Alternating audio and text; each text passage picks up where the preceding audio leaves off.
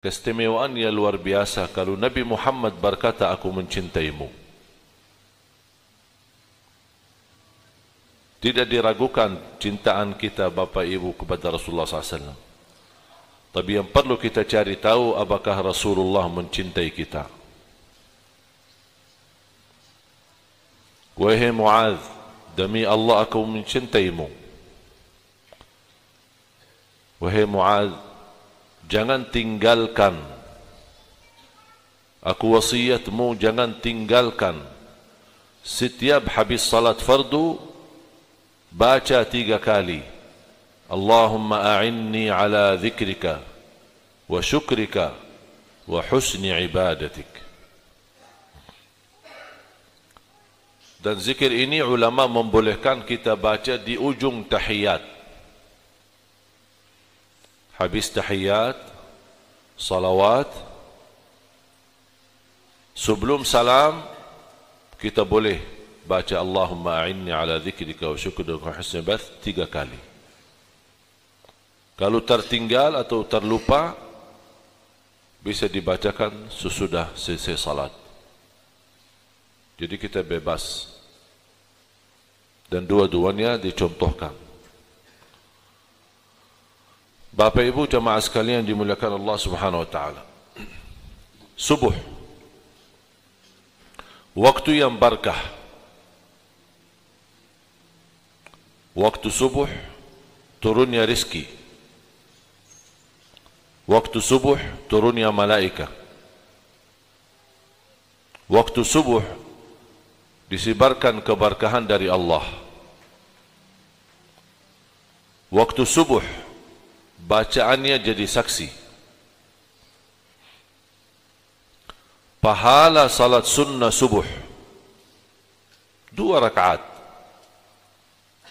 yang disebutkan sunnah fajar atau sunnah subuh atau sunnah qabliyah subuh. 3 kalimat tapi maknanya sama. Berbeda-beda nama tapi pelaksanaannya sama. Sunnah fajar, sunnah subuh, sunnah qabliyah subuh, itu semua dilaksanakan sesudah azan. Sesudah azan sebelum salat. Rasulullah SAW bersabda, raka'ata al-fajri khairun min ad-dunya wa ma fiha. 2 rakaat subuh yang disebutkan sunnah qabliyah itu lebih besar pahalanya daripada dunia dan seisinya. Itu sunnahnya Bapak Ibu. Kira-kira gimana wajibnya? Kalau sunnahnya begitu besar pahalanya, lebih besar daripada dunia dan seisinya pahalanya, itu sunnahnya. Makanya ulama membolehkan seandainya kita datang ke masjid talat, jamaah masjid sudah iqamat dan sudah salat,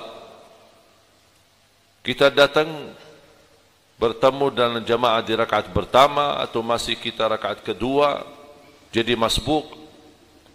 Begitu kita selesai, ulama membolehkan untuk melaksanakan sunnah qabliyah subuh bagi orang yang rutin menjaganya.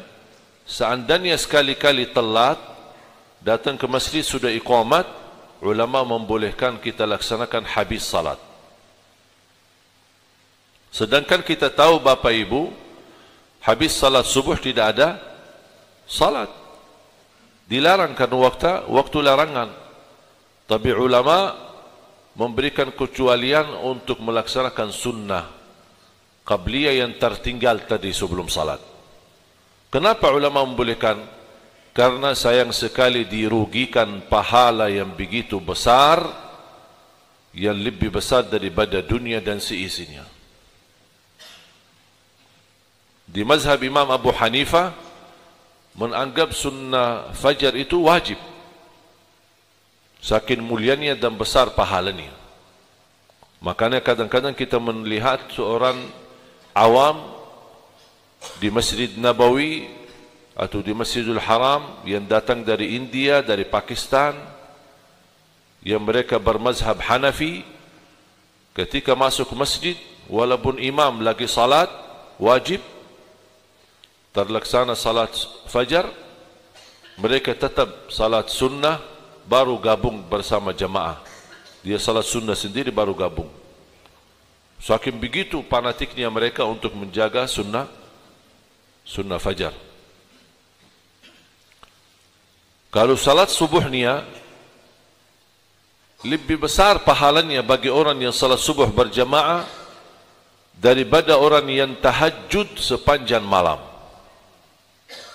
Sebagaimana bersabda Rasulullah SAW, "Man shalla al-fajr fi jama'ah, faka'annama qama al-laila kullah."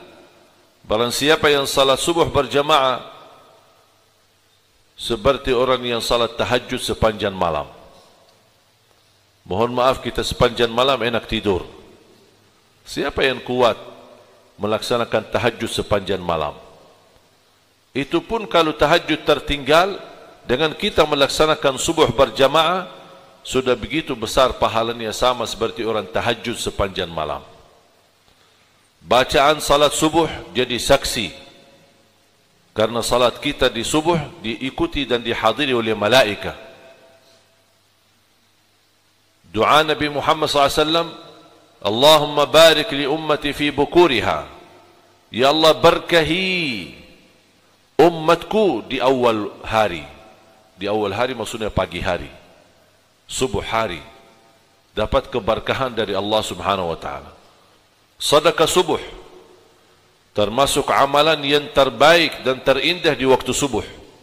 Habis kita melaksanakan salatnya, dianjurkan untuk menjaga sedekah subuh. Sedekah setiap waktu bagus, setiap saat bagus.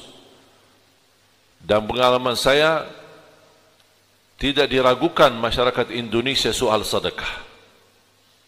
Dimanapun, saat di masjid, di jalan, untuk anak yatim, santunan, untuk Al-Quran, pembinaan Al-Quran, untuk anak santri Al-Quran, di hari Jumat ketika tergeser kota amal, luar biasa, tidak diragukan.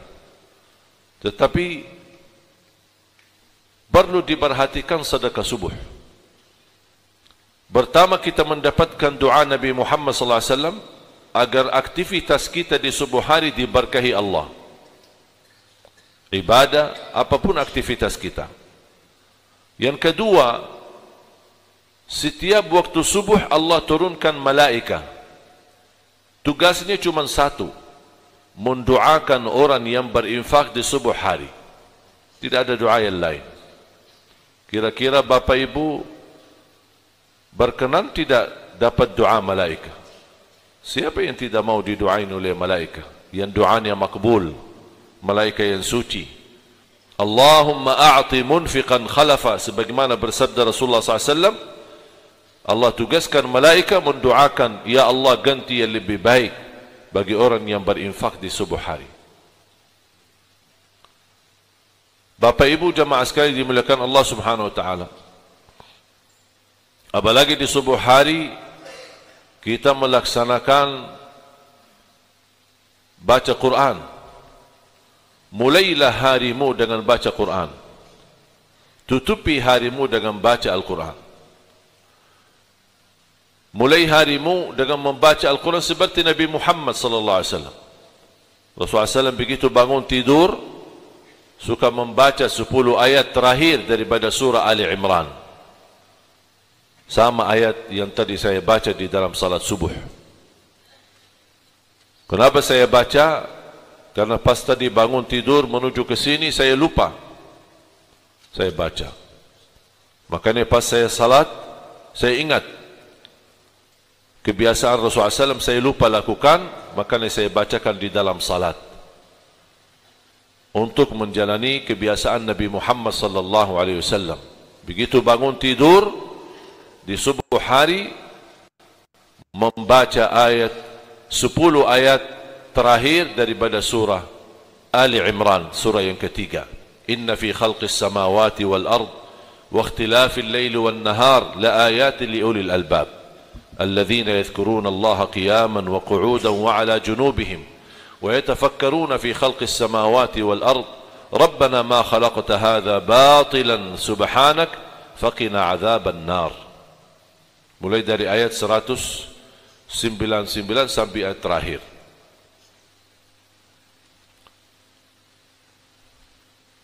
Jamaah sekalian dimuliakan Allah Subhanahu wa taala,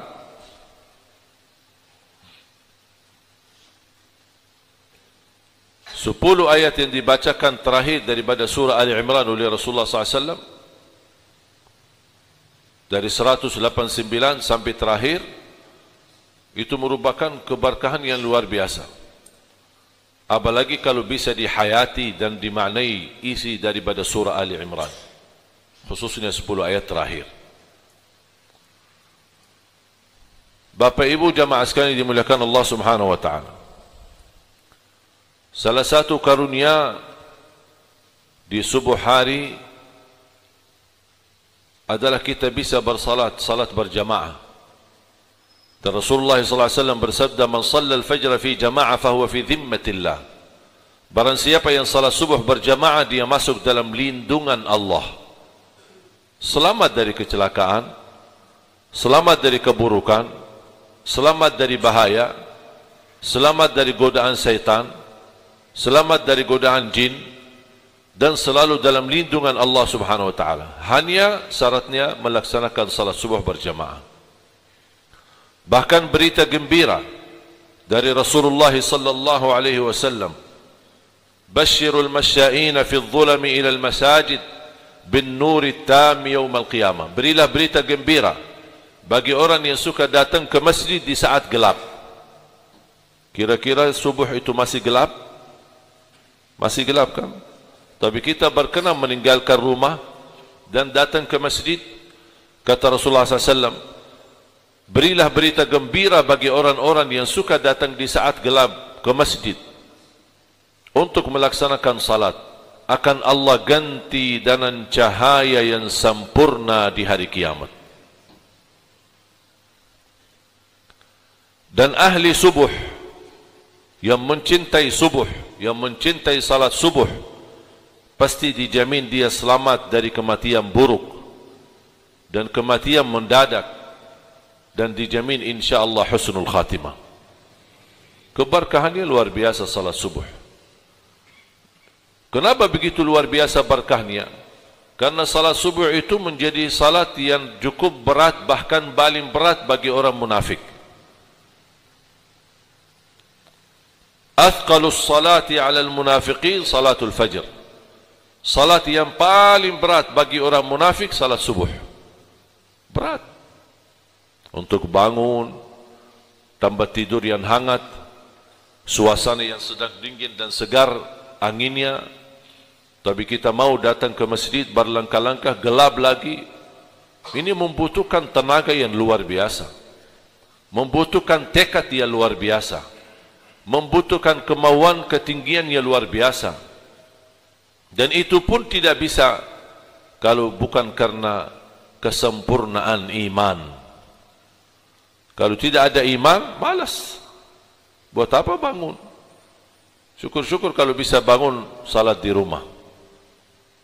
Makanya jamaah sekalian, bahagialah bisa melaksanakan salat subuh berjamaah di masjid, mendapatkan berita gembira dari Rasulullah SAW, akan Allah ganti dengan cahaya yang sempurna, dan langkah-langkahmu pulang pergi bukan hanya datang, tapi pulangnya juga dihitung. Satu langkah satu darajat, satu langkah satu kebaikan, satu langkah menghapuskan dosa. Bapak Ibu jamaah sekalian dimuliakan Allah Subhanahu wa taala, alhamdulillah kami terus memperjalankan safari dakwah rucu di Jawa Tengah dan Jawa Timur. Dan insyaAllah perjalanan dakwah kami ini terus sampai hari raya Idul Adha. Dan tahun ini kami milih Jawa Tengah dan Jawa Timur untuk menjalani aktivitas safari dakwah. Inti dan target, harapan, tujuan daripada safari dakwah mewujudkan kita bersama, mewujudkan dan mencetak 1 juta penghafal Al-Quran. untuk Indonesia. Alhamdulillah program kami ini sudah jalan, bukan baru mau jalan. Sudah jalan 3 tahun yang lalu. Bahkan sebelumnya, tapi secara resmi sudah diaktifkan 3 tahun yang lalu. Alhamdulillah bisa menghasilkan banyak penghafal Al-Quran. Termasuk sebagian daripada perjuangan kami adalah acara Hafiz Indonesia. Pasti saya yakin Bapak Ibu suka melihat acara Hafiz Indonesia. Anak-anak kita yang membanggakan kita. Anak-anak di bawah 10 tahun tapi penghafal Al-Quran. Walaupun sayang sekali Bapak Ibu menonton acara Hafiz Indonesia, acara yang sudah jadi, sudah matang, sudah masuk ke TV atau bisa melihat di layar TV. Tetapi banyak tidak tahu apa perjuangan kami sebelum acara Hafiz Indonesia. 4 bulan bekerja keras menumbuhkan anak-anak yang tampil di acara Hafiz Indonesia cuma 20 orang. Dan itulah yang terbaik dari jumlah lebih dari 400 peserta Hafiz Indonesia. Dari seluruh Indonesia. Kami turun ke lapangan, dari desa ke desa, kampung ke kampung, sawah ke sawah. Bagaimana kita bisa menumbuhkan mereka, bagaimana kita mendidik mereka, bagaimana kita membina mereka, memperbaiki bacaan mereka, bagaimana menindahkan suara mereka dan memilih yang terbaik dari jumlah yang begitu banyak. Karena tidak mungkin bisa semuanya tampil di acara Hafiz Indonesia. Makanya 20 orang itu termasuk peserta yang terbaik se-Indonesia. Ketika sudah terpilih 20 orang dari jumlah yang begitu besar, kami kumpulkan di Jakarta dan kami karantina. Selama di karantina 2 bulan berturut-turut bekerja keras. Ada dokter umum, ada dokter anak-anak, ada dokter psikologi jiwa untuk menjaga perasaan anak, bagaimana bisa dia menjauh dari lingkungan, bagaimana bisa berani, bagaimana bisa menjauhkan dari sifat malu tidak berani tampil, bagaimana bisa mewujudkan kebersamaan, kebersihan, tahajud bersama, bangun salat subuh, lumba azan subuh, bagaimana makan bersama, bagaimana baca Quran bersama. Jadi terwujud kebersamaan bersama anak-anak di karantina. Ada anak-anak yang sifatnya keras, ada anak-anak yang sifatnya pemalu, ada anak-anak yang sifatnya suka, mohon maaf ucapannya tidak layak dan tidak enak, ada anak-anak yang sifatnya mukul orang lain. Ini semua kita rubahkan. Alhamdulillah respon dari para orang tua, anak kami alhamdulillah bisa berakhlak-akhlakul Quran berkat Hafiz Indonesia. Karena kami memperhatikan kehidupan mereka sehari-hari. Bagaimana cara tidur sesuai cara tidur Nabi Muhammad, bagaimana bangun sebagaimana Nabi Muhammad, bagaimana berbaju dan berpakaian seperti Nabi Muhammad, bagaimana kita bisa wudhu seperti Nabi Muhammad, bagaimana kita bisa makan seperti Nabi Muhammad. Itulah yang tertanam. Makanya ketika ada anak-anak Hafiz Indonesia dieliminasi, dia menangis. Sampai ada jemaah curhat atau ada jemaah menyampaikan, kenapa harus dikeluarkan anak-anak dari Hafiz Indonesia? Kenapa harus dieliminasi? Kasihan mereka nangis-nangis. Bapak Ibu, mereka bukan menangis karena dikeluarkan dari acara Hafiz Indonesia. Mereka tidak menangis karena gagal dia tidak bisa mempertahankan diri di acara Hafiz Indonesia. Tapi mereka nangis dan sedih karena kehilangan lingkungan, kehilangan kebersamaan. 2 bulan berturut-turut mereka hidup bersama. Mereka bisa bersama setor hafalan, bisa bersama membaca Al-Quran, bisa bersama salat tahajud. Bahkan mereka berlomba-lomba untuk melaksanakan salatnya dan termasuk azan subuh. Saking begitu mereka girahnya tinggi dan semangatnya untuk azan subuh. Ada di salah satu anak beserta Hafiz Indonesia yang bangun duluan dan azan subuh sebelum waktunya. Saking begitu luar biasa mereka semangat. Bahkan ada di antara mereka yang setor dan murajaah baca Al-Quran setiap hari di karantina 7 juz. Ini anak-anak di bawah 10 tahun Bapak Ibu. Ini menjadi sebagian daripada perjuangan kami. Alhamdulillah acara Hafiz Indonesia menjadi acara yang terbaik setiap tahun. Jangankan di Indonesia dikagumi, alhamdulillah di luar negeri pun banyak menonton acara Hafiz Indonesia. Sampai di negeri Arab. Walaupun mereka tidak faham bahasa Indonesia, tapi mereka suka nonton acara Hafiz Indonesia. Karena mereka pasti faham bacaan Al-Quran. Jadi apa yang disampaikan oleh Kak Irfan Hakim, apa yang disampaikan oleh saya dan para dewan juri, mereka tidak faham. Tetapi ketika anak-anak baca Quran, pasti mereka faham karena bahasa mereka. Makanya mereka memperhatikan, suka mengikuti acara Hafiz Indonesia. Ketika kami menhadiahkan umrah atau haji dan mereka bisa ke tanah suci, anak-anak berkesempatan bertemu dengan imam-imam besar Masjidil Haram dan Masjid Nabawi. Dan mereka baca di hadapan para imam besar dan Masjidil Haram dan Masjid Nabawi. Mereka langsung direaksi dengan baik, direspon dengan luar biasa. Bahkan ada salah satu imam berbicara dengan anak-anak kita bahasa Arab. Anak-anak kita, tak ngerti. Imam pun kaget. Masa mereka tak bisa bahasa Arab? Saya bilang bisa. Pak Imam, Assalamualaikum warahmatullahi wabarakatuh. Itu aja satu kalimat. Yang lain tidak bisa. Oleh kerana itu jemaah sekalian, sampai ada teman saya di Arab, dia berkeinginan buat acara Hafiz Indonesia versi Arab. Sudah berupaya, kita sudah bentukkan programnya, bagaimana teknisnya, bagaimana susunannya, bagaimana prosedurnya, dan kita meminta mereka mencarikan anak-anak di bawah, syaratnya di bawah 10 tahun. Itu syarat, di bawah 10 tahun. Kita tidak mau tingkat dewasa.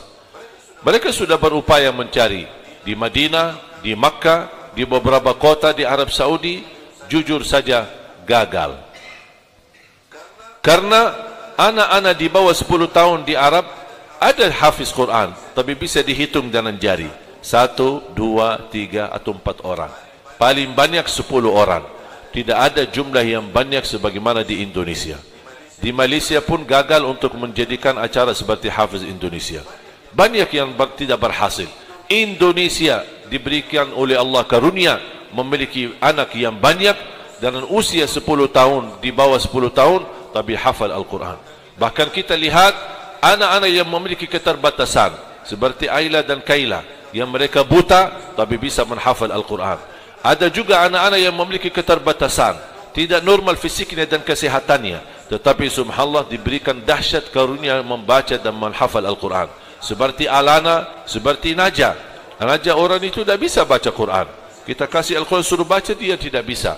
Tapi coba dites hafalannya. Hafal Al-Quran 30 juz. Hafal nomor ayat, nomor halaman, kanan kiri, atas bawah. Dan dia begitu memiliki keterbatasan amat luar biasa, sangat dahsyat. Karunia dari Allah Subhanahu Wa Taala untuk Indonesia. Makanya dari situ saya meyakinkan, insya Allah Indonesia bisa dan berhasil menwujudkan